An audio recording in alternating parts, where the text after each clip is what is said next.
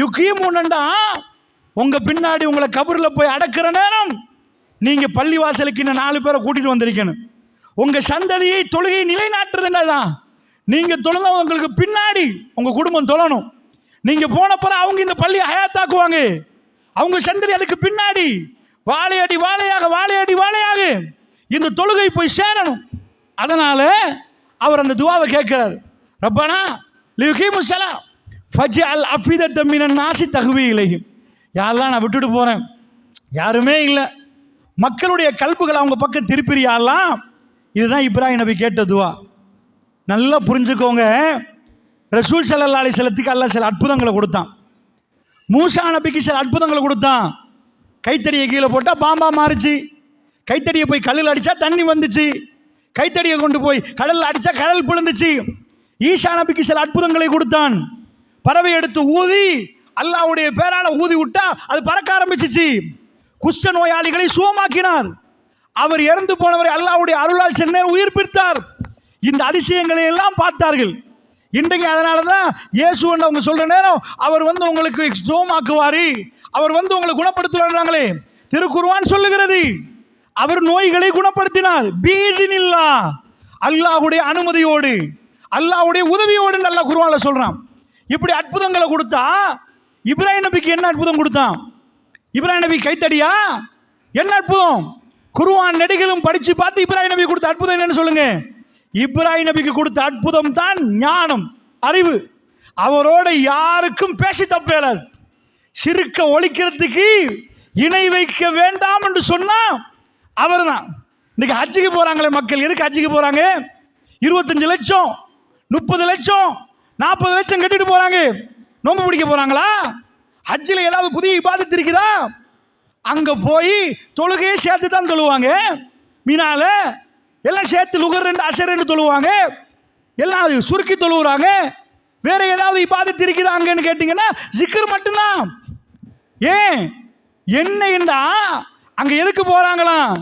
ரப்பைக் அல்லாஹும்ம லப்பைக் லப்பைக் லா ஷரீக லக லப்பைக் இன்னல் ஹம்த வன் நிஅமத லக வல் முல்க்.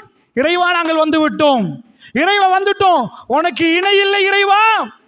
காபத்துல்லா பக்கத்தில் ஒன்று சேர்ந்து மக்கள் என்ன சொல்றார்கள்? இறைவா நீ ஒன்றுதான், நீ 2 இல்லை.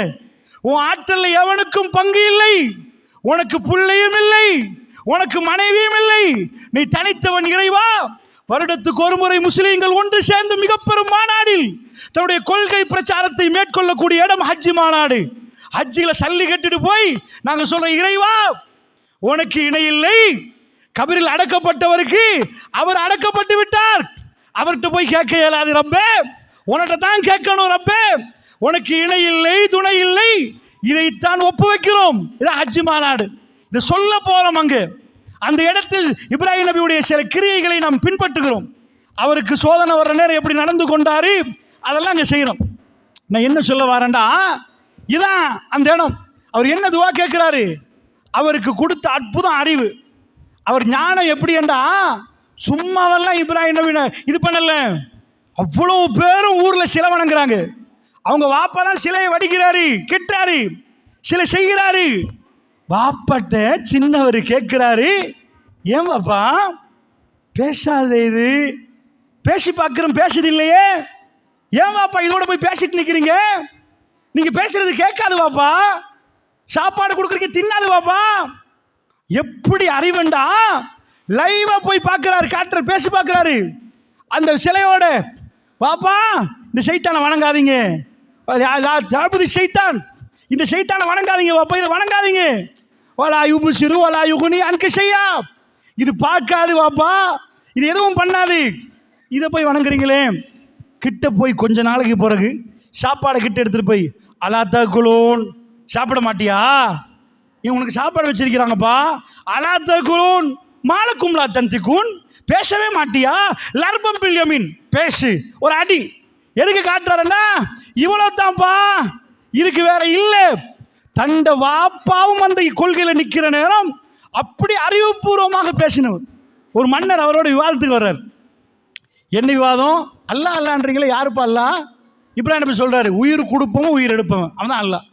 உயிர் கொடுப்பானா உயிர் எடுப்பானா? அந்த மன்னர் என்ன பண்ணிட்டானா, அப்படியா நானும் உயிர் கொடுப்பேனே, நானும் உயிர் எடுப்பேனே. இந்த பாரு, ஒருத்தர் சாக கிடக்கிறான், அவனை விட்டுருங்கப்பா. இந்த உசுறு கொடுத்தேன் பாத்தியா, தூக்குல போட இருந்தேன், அவன் உயிர் கொடுத்துட்டேன். ரோட்ல போற ஒரு ஆளை எடுத்து கொண்டு போடுங்க, உசுரை எடுத்துட்டேன் பாத்தியா. நாங்கன்னா என்ன பண்ணுவோம்? இப்படி இல்லை மன்னரே, அப்படி இல்லை மன்னரே, விவாதம் பண்ணுவோம். இப்ராஹிம் நபி, மாட்டிட்டியோ, அவர் திறமைய பாருங்க, வந்து சரியா மாட்டினியே, உயிர் கொடுத்தியோ, உயிர் எடுத்துட்டியா, சரி. எங்க ரப்ப இன்னொன்று செய்வான் தெரியுமா? சூரியன் கிழக்கில் உதிக்க வைப்பான், மேற்கில மறைக்க வைப்பான். இப்ப மன்னரே ஒன்றை பண்ணிட்டீங்கல்ல, மேற்கில உதிக்க வச்சு கிழக்கில் மறைக்க வைங்க, முடிஞ்சு போச்சு கதை. அந்த மன்னர் பார்த்துட்டு ஃபபுஹித்தல்லதி கஃபர், வாயடிச்சு போயிட்டான், அவரோட பேசவே முடியாது. அப்படிப்பட்ட ஞானம், அறிவு. மறுமையினால் ஒருத்தர் உயிர்ப்பிக்கிறோம் பாருங்கல்ல, நம்ம இறந்த போற உயிர் உயிர் அல்லாஹ் வந்து எங்களுக்கு உசுறு தருவானே. என்னைக்காவது அல்லாட்ட நீங்க கேட்டிருக்கீங்களா? அல்லாஹ் மௌத்தாவரங்களாம் பார்க்குறோம், அல்லாஹ் இந்த உயிர்ப்பிக்கிறிய கொஞ்சம் எனக்கு காட்டியலுமா, கேட்டுக்கிறீங்களா? சில வேளை சஞ்சலம் வரும், சந்தேகம் வரும். இப்ராஹிம் நபியுடைய ஈமான் எப்படிப்பட்ட ஈமான்? சூரா பக்ராவை பரட்டி பாருங்க, அவ்வளவு பெரிய ஈமான். ஆனால் ஸ்டெப் ஸ்டெப்பா அவர் தன்னை வளர்த்து கொண்டார். சந்தேகம் வர்ற இடங்கள், சஞ்சலங்கள் வர்ற இடங்களை கரெக்ட் பண்ணினார். சூரத்துல் பக்ரா சொல்லுது, ரப்பி அல்லாட்ட கேட்டாராம், அரினி எனக்கு கொஞ்சம் காட்டியலுமா யா அல்லாஹ், கைஃப துஹீல் மௌத்தா, இறந்தவங்களை எப்படி உயிர்ப்பிக்கிறேன்னு காட்டியலுமா?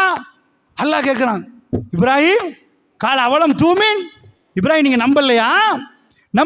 காலபலா, யாரெல்லாம் நம்புறேன், நம்பாம எல்லாம் இல்லை, செத்தவட நீலாம் உயிர்ப்பிக்கிற, அதை நம்புற. வலாக்கில் எத்மைன்ன கல்வி, என் கல்வி கொஞ்சம் என்ன சொல்றாரு, அதை அமைதி பெறுவதற்காக கேட்கிறையா அல்லாஹ், அந்த சஞ்சலத்தை நீக்கிறதுக்கு கேட்கிறையா அல்லாஹ், அதெல்லாம் எனக்கு தெரியுது, நீ தான் உயிர்ப்பிக்கிற, ஆனா கொஞ்சம் சும்மா கேட்டேன் அல்லாஹ், அரினி கைஃப துஹீல் மௌத்தா, நீ எப்படி இறந்தவங்களை உயிர்ப்பிக்கிறன்னு கொஞ்சம் காட்டுறியா அல்லாஹ்.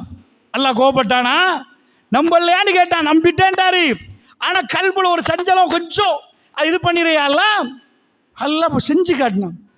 ஃபஹுஸ் அர்பாத மினத்தைர், 4 பறவைகளை பிடிங்க, ஃபசுர்ஹுன்ன இலைக்க, சும்ம ஜஅல் குல்ல ஜபலி மின்ஹுன்ன ஜுஸா, எல்லாம் துண்டு துண்டா போடுங்க. அதான் தெரியுது, அந்த மலையில போய் இதை வைங்க, அந்த மலையில போய் அதை வைங்க, அந்த மலையில போய் இதை வைங்க, மிக்ஸ் பண்ணிட்டீங்களா 4 பறவையும்? சும்மா உதுஉன்ன, இப்ப கூப்பிடுங்க, யத்தீனக ஷையா, அது பறந்து வந்துச்சு. அல்லாஹ்வுக்கு முழுக்க கட்டுப்பட்டுட்டார். ரப்பே நீ இறைவன் தான். இப்படி இப்ராஹிம் நபியுடைய சில செயல்களை அல்லாஹ் சொல்றான். அறிவுண்டா அப்படிப்பட்ட அறிவு. இப்ப இப்ராஹிம் நபி தன் வைஃபை விட்டுட்டு போனா 100% அவருக்கு என்ன தெரியும்? பாலைவனத்தில் போய் நீங்க விட்டுட்டு போவீங்களா? லைட் இல்ல, பெட்ஷீட் இல்ல, பிளாங்கெட் இல்ல, பவுசர்ல தண்ணி கொண்டாந்து வச்சிருக்கிறாரு. அவருக்கு தெரியும், அந்த வளாகத்திலே கிணறு இல்லை, எந்த தண்ணியும் இல்லை, காய்கறிகள் இல்லை, பிச்சு சாப்பிட்றதுக்கு ஒன்றும் இல்லை, விவசாயம் செய்யறதுக்கு ஒன்றும் இல்லை. ஒரு பச்சை உடம்பு ஒரு புள்ளைய விட்டுட்டு போனா என்ன ஆகும்? அல்லாவே நீதான் சொல்லிட்டாரா? இப்ராஹிம் நபி போயிட்டார். அந்த தண்ணி முடிகிறது. பெருமானார் ஸல்லல்லாஹு அலைஹி சொல்றாங்க, அந்த கொஞ்சோண்டு தண்ணி முடியுது. எந்த பாப்பாக்கும் தெரியும், தண்ட குழந்தை துடிக்கும்னு தெரியும், தண்ட மனைவி மௌத்தாவான்னு தெரியும். இன்றைக்கு உலகம் இவ்வளோ டெவலப் ஆகிருக்குது, ஜிபிஎஸ் டெக்னாலஜி, நாங்கள் எங்கே இருக்கிறோன்னு கண்டுபிடிச்சிடலாம். அப்படிப்பட்ட யுகத்திலேயே அமேசான் காடுக்குள்ள 4 இளைஞர்கள் சிக்கிறாங்க. அவங்கள மீடுறதுக்கு மேலால சொப்பர் வேணுமா எடுத்து ஜிபிஎஸ் பார்த்து என்னெல்லாம் பண்ணி